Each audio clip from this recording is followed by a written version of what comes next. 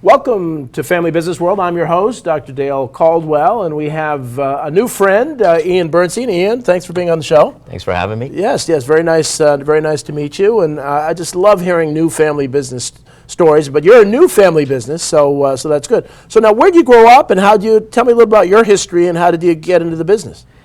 I'm originally from Harrisburg, Pennsylvania. Oh, you are? Okay. And had a long career on Wall Street as a trader and a banker. Oh, really? And got to a point where I thought it was time to try something new and have a second career, and had the opportunity to bring my son and son-in-law back to New Jersey and join me in the endeavor.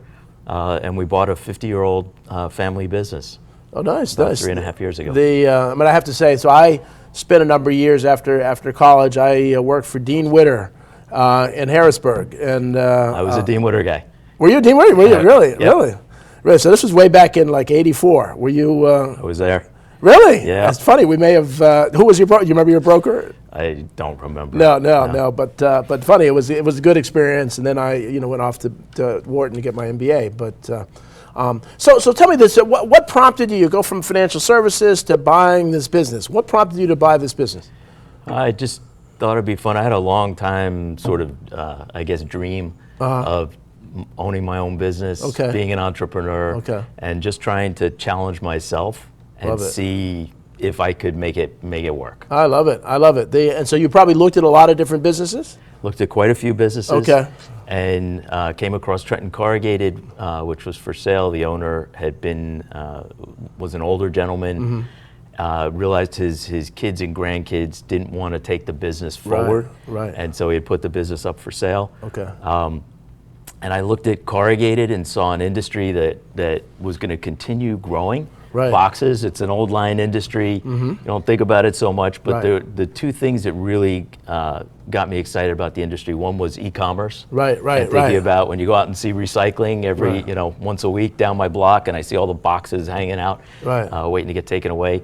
That is a wind in the sails of corrugated. Right. And the second one is plastic and sustainability and replacing plastic, and boxes and paper and corrugated are a crop. And you can recycle the boxes up to 8 times. Wow. So our waste goes back and gets reformed into more corrugated and turned into boxes again. Wow. So there's a big element of sustainability with the product as well. It's just amazing that I guess the older we get, we start to see all these cycles in business. It was paper, and then plastics was the thing. You remember the movie, The Graduate. The Graduate, the plastics, getting the plastics, and now we're going back to paper. Yep. So which makes a lot of sense. And so corrugated, what do you do with paper? What do you guys do with that? So we buy sheets, corrugated sheets cut to size. Okay. All different sort of thicknesses. We call them substrates. Okay. And then we form those into boxes. We do the layouts. We can do up to about 200 different box designs. Really? Okay. From a standard box to a 2-piece box to an autolock bottom box. And all recycled paper, or? There's a portion of it that's recycled. Right, Some of it's virgin paper. But the waste can all go back. We actually sell the waste. Right. And it gets reformed. It gets mixed with virgin paper and turned back into more corrugated. Oh, interesting. And so now, who are your customers? Who do you supply? Our customers will range from our bigger boxes. We'll sell to car companies for car parts, or fence companies for 6-foot fence pieces. Okay.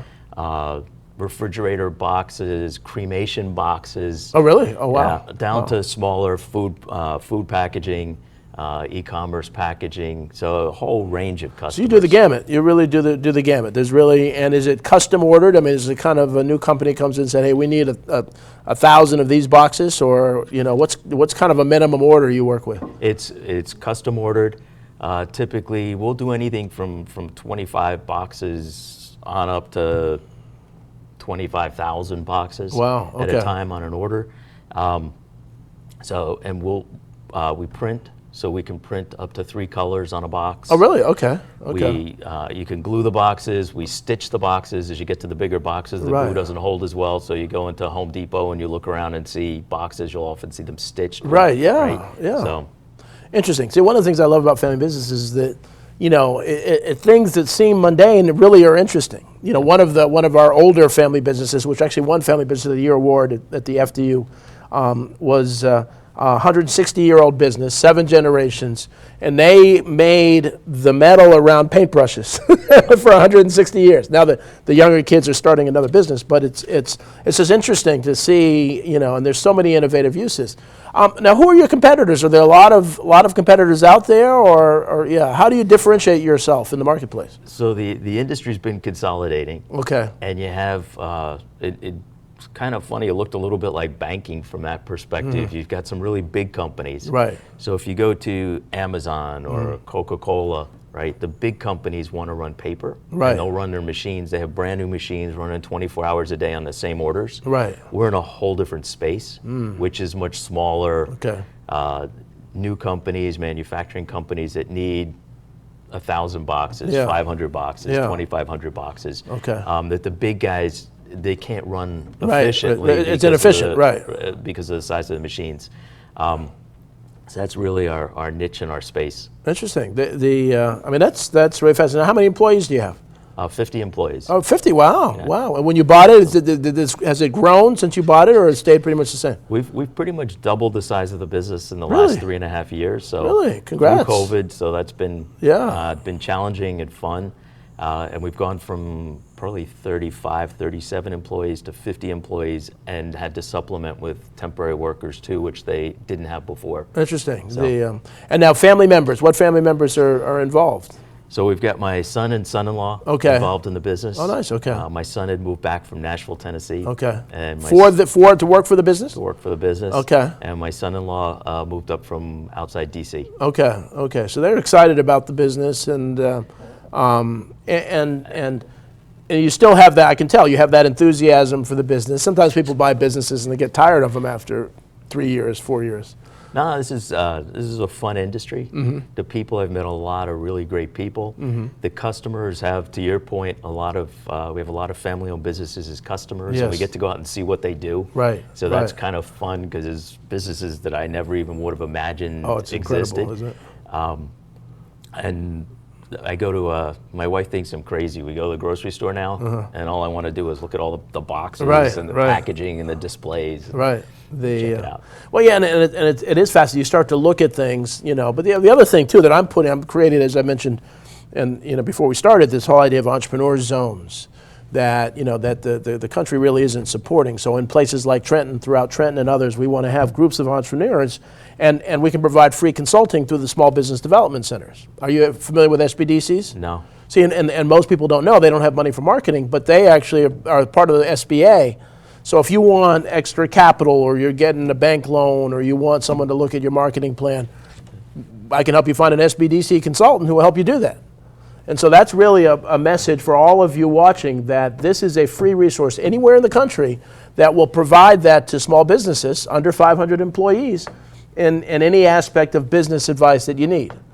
And so when people don't know that, so we're actually using these e-zones to kind of begin to get the small business development centers to consult to them. And then forcing, one of the things we're doing at Fairleigh Dickinson University is to really bring them together. To really say, well, how can how can be economies of scale? How can you come together and buy, or how can another a business, family, or small supply you? And so we really have to have that collaboration, because, and this is not conservative or liberal, but government is not helping small businesses. Yeah. Conservative or liberal, it's like, because big businesses can hire lobbyists, and to get tax breaks and incentives that don't go to the little person. So. I know you're working away, and most of the folks, you guys are so busy doing your thing and say, we're just going to. It's hard to break through the obstacles, but you don't have time. So that we're trying to be kind of the lobbyist for small business. And one of the reasons I do this show. So it's neat that somebody who's new to this family business world. Well, I could tell you, coming out of bigger companies, going into a family business and a small business has been. It's been very eye-opening. Yeah, yeah. What are some of the things? What are some of the things you've learned? I mean, you're sort of by yourself. Yeah, right. When you're in a big company, you've got people, with experience in this and experience in that, and experience in that. Yeah. And if you have a problem, you go find the right person in your company, and you got lots of smart people around you to talk to. Yeah. When you're running a family business,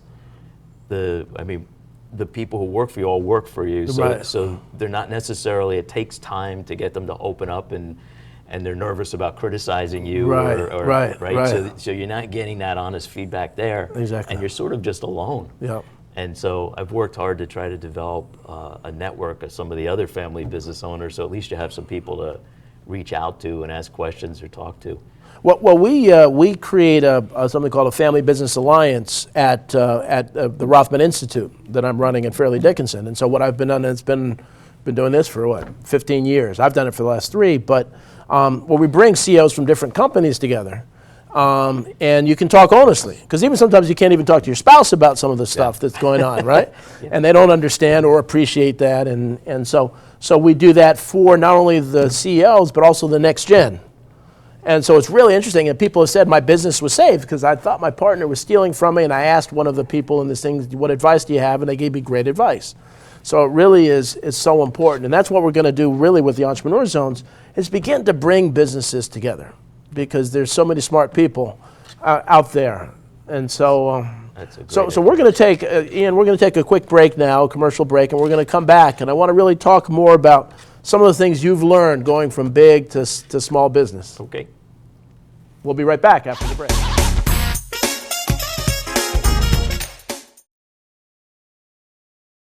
Aloha! Joe Silva here with Kukua Technologies. I'm excited to see you on Tuesdays on Morning Coffee for our tech tips.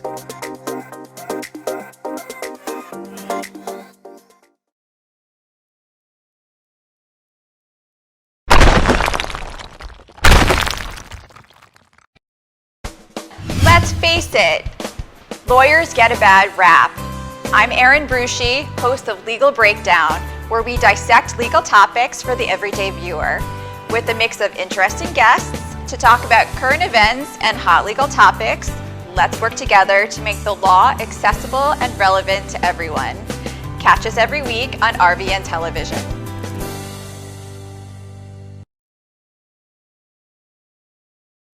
A stroke can be easy to detect. A loved one can't speak, perhaps they can't move. But there's another sign of a stroke that many of us can't see. It's called spatial neglect, and it can occur during or after a stroke, causing distorted visual movements. Fortunately, there's a solution by using optical prism technology during rehabilitation. If you or a loved one have experienced a stroke, ask your doctor about spatial neglect. Spatial neglect. See the whole picture at KesslerFoundation.org.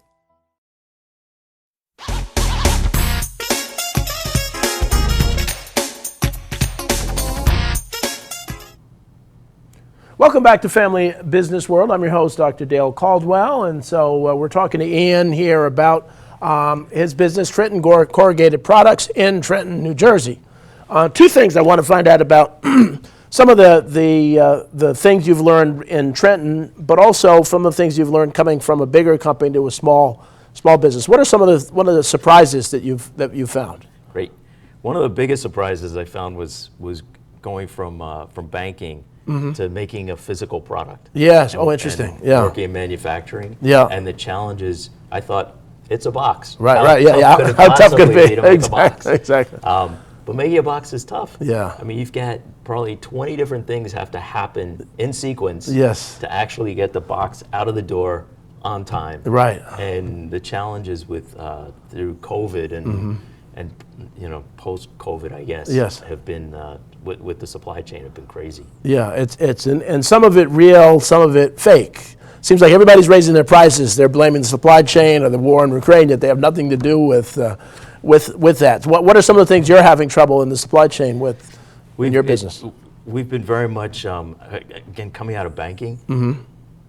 Boxes and packaging seem to be a leader in seeing how the economy's working. All the problems that I have 60 days later seem to be what everybody's writing about in the newspapers and people are talking about on TV. So we couldn't get paper for a long time. We went from our lead times, when you ordered a custom box, we were 3 to 5 days when I first took over the business. We got out to 9 weeks in the beginning of this year. So imagine calling up and saying, we want to order some custom boxes. We have some product we need to ship. And we'd say, great, 9 weeks. 2.5 months, we'll have the boxes for you. Unbelievable. And it was crazy. We had shortage of trucking. They couldn't find truckers. We had rail cars bringing in paper to make the corrugated out of. The rail cars couldn't find conductors to get the product in. That all is eased up. We can get paper now in 48 hours. Okay. Oh, really? Which is almost back to sort of where it was. Labor force, for a long time, we couldn't find anybody to work. That seems to be turning now too. We're getting applicants on a regular, almost daily basis. Oh, really? We're getting applicants. Good. The one thing I have noticed is that the quality is definitely different, and people don't seem to want to. They don't have the stick with itness. We're going through. We hire 3 or 4 people to get one to actually stay and become a longer term employee. We have people who show up and first day they're like, this is really hard. And so, and when we have an interview, we take them through the plant. We show them around. This is the kind of work you're going to be doing. We want to be as open and honest as possible so that people know what they're getting themselves into. And we have people who come in the first day, this is hard, and don't show up the second day. So that's our current challenge with, from that perspective. But we're definitely also seeing e-commerce had taken the business, through the roof. Everyone with COVID was buying online, and we saw that going up. We've definitely seen that tail off. Oh, interesting. In the last couple of months. Interesting. And so now working in Trenton. So again, I want to applaud you for staying in Trenton. Working there and committing. But how has that been? How has that? Trenton's a unique place. Yeah, it's a unique place in many ways. Learned a lot working in a manufacturing environment versus a banking environment. And the people, the employees that we have employees been with the company for 25, 30 years, which I'm happy to have that legacy to be able to carry on for those employees. And we have new employees. We've hired some Afghan refugees who've relocated to Trenton. Through, I think at one point we were up to 17 different nationalities with 50 people. I think we're currently at about 14. And also I would say we're a bilingual company. Spanish and English. We have a lot of Spanish speakers. Proud to, or pleased that I speak Spanish, or pretty well speak Spanish. Did you know that before you went, or have you been learning? Did you? Okay. And that's been a huge help in integrating with the employee base and being able to be bilingual. So I definitely would recommend that for anybody who. Well, that's amazing, and you seem like the kind of CEO of the company that we're calling a program called Coach Leadership. The idea that if you saw the movie The Last Dance about Michael Jordan and those guys, I mean that Phil Jackson had to coach people differently, and in this world you have a diverse group of people. You've got to coach each of them very differently to get the most out of them. Yep. And trying to forge when you have people from so many different backgrounds. Trying to get them all to work together. And understand each other. Sometimes, things will happen where the person doing it doesn't even really realize that the other person's going to take it a different way in which it's intended, and trying to work your way through that. And creating some common shared experiences, whether it's having the Mr. Softy truck show outside on a hot summer day, or we just had rented out a summer camp on a Sunday, and a day camp, and had all the employees bring their kids. That's just have a nice day together, so we get some common shared good times. Well, Ian, I've said to folks, and there is no better place to work than a family business. Better than government, better than nonprofits, better than big companies, because family. Once you're in the family, once you've worked there for a number of years, they want to keep you, and so you go out of your way to make them comfortable. And if you need to pay for some extra stuff, you do that to really help to support them. And people don't understand that, and that's why I love family business. So they really are so important. Yeah, a lot of the flexibility in a family business, because you're small and you get to know the people, you understand, you can take those personal situations into account. Whereas when you work at a big company, you can't be making favors for people, and you got to go to HR, and everything has to work according to whatever the rules are. It's definitely a different experience. So let me ask you this, and I love learning on my show. And so my mom, is 87. Unfortunately, she has Alzheimer's. She lives with me, she's been on hospice, and we have an aide, and so they send these boxes with all these packages. I mean, basically all, her diapers and other things. And I don't know what to do with these boxes, and I put them up and I send them to the I don't know what they do, I'm in New Brunswick in that township. Is there a way? And I'm an entrepreneur, just thinking, is there a way that we can get boxes to you directly or something? Is there a way to do something better with those boxes so that they're reused? Or do you have to go through the township and get your used boxes? How does that work? Good thought. We don't use used boxes. Okay. Well, I mean, just the old. Well, they recycle boxes, them, right? But they recycle them. Right. We ship them up. We're actually part of a co-op. Okay.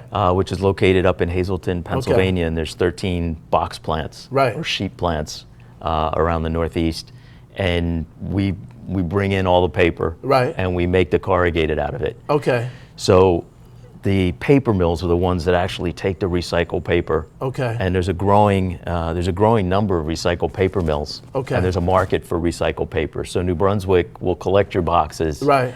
And then sell them to these recycled paper mills. Okay. And they'll mix it with virgin paper and turn them back into corrugated to make boxes out of again. Okay. And so you get supply from those recycled paper. Correct. It's paper is probably, I think it's the most recycled of any material that's out there. That makes sense. And I know plastic but China's not doing what it used to do with plastics and so on. I understand it'd just be interesting to figure out I've learned that eliminating the middle person in a lot of things makes things so much better. Yeah. Because the middle person often slows things down. So to get more paper, is there a supply? You're having any trouble with the supply that you need to make the boxes? No. 6 months ago, 4 months ago, yes. Yes, okay. There was a supply problem. And interestingly enough, the country's converted, some of the paper mills have actually converted to corrugated because the demand for boxes due to e-commerce has gone up so much. Right. Okay. And so what you're seeing now is in fine paper, there's actually shortages and delays in getting fine paper because there's not enough manufacturers of that in the country anymore. Oh, interesting. Interesting. Well, see, and I wonder, because again, what I'm finding is so many people have the entrepreneurial mindset, and I mean, like you, and they will identify an opportunity. And but a lot of people don't know about the opportunity soon enough. Yep. Right? Like there are probably companies they could buy or so on to do that, fine paper and fill that void. People think manufacturing has left the U.S., but manufacturing has not. There are 20,000 open manufacturing jobs in New Jersey now. Wow. And so, but one of the challenges is, and this is important for politicians to understand, is that, because I work with a lot of the family businesses, obviously, in New Jersey. And really the only reason that they're in New Jersey is because they're a family business.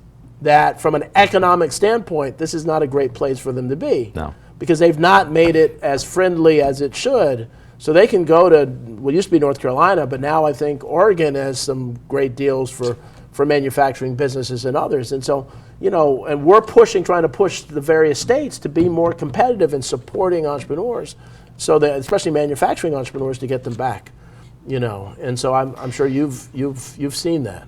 I actually met last week with the mayor in Trenton. Oh, good. Okay. Oh, good. And sat down with him, and I had been at another meeting and said, we spent so much time trying to bring new business into the city. Exactly. What about the people that are here? Exactly. And trying to support us with, in different ways.